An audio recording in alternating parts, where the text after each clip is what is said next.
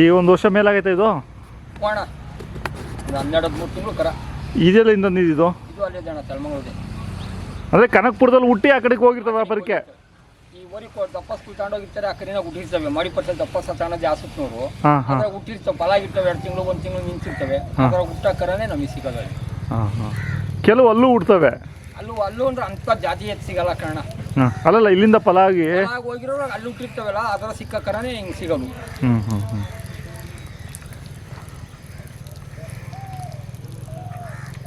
ಇವಾಗ ಇದಕ್ಕೆ ಊಟ ನೋಡ್ಬೇಕು ನೀವು. ಊಟ ನೋಡ್ಬೇಕಣ್ಣ.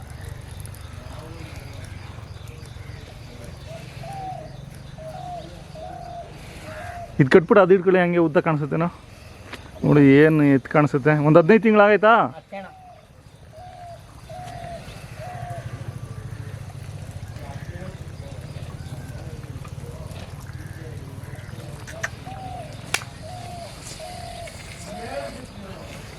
ರೇಸ್ಗೆ ಸ್ಪೀಡ್ ಐತಾ? ಇಲ್ಲ ಅಂದರೆ ಸುಮ್ಮನೆ ಕೊಡ್ತಾರೆ 2 ಲಕ್ಷ. ಈ ಕಡೆ ಇಟ್ಕೊಳ್ಳಿ ಮಂಜುನಾ. ನೀವು ಹಂಗೆ ಪಾಪ ಹೆಣ್ದಿ ಮಕ್ಕಳು ಎಲ್ಲ ಸಿಕ್ಕಾಪಟ್ಟೆ ಸಾಕ್ತೀರಾ? ಹಾಂ ಮಂಜುನಾ ಇನ್ನೇ ಕಡೆ ಬನ್ನಿ.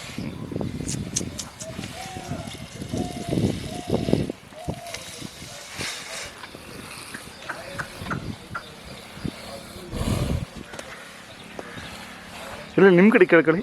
ಮುಖ ಬಾಡಿ ಕಾಣಂಗೆ, ಮೈ ಕಾಣಂಗೆ.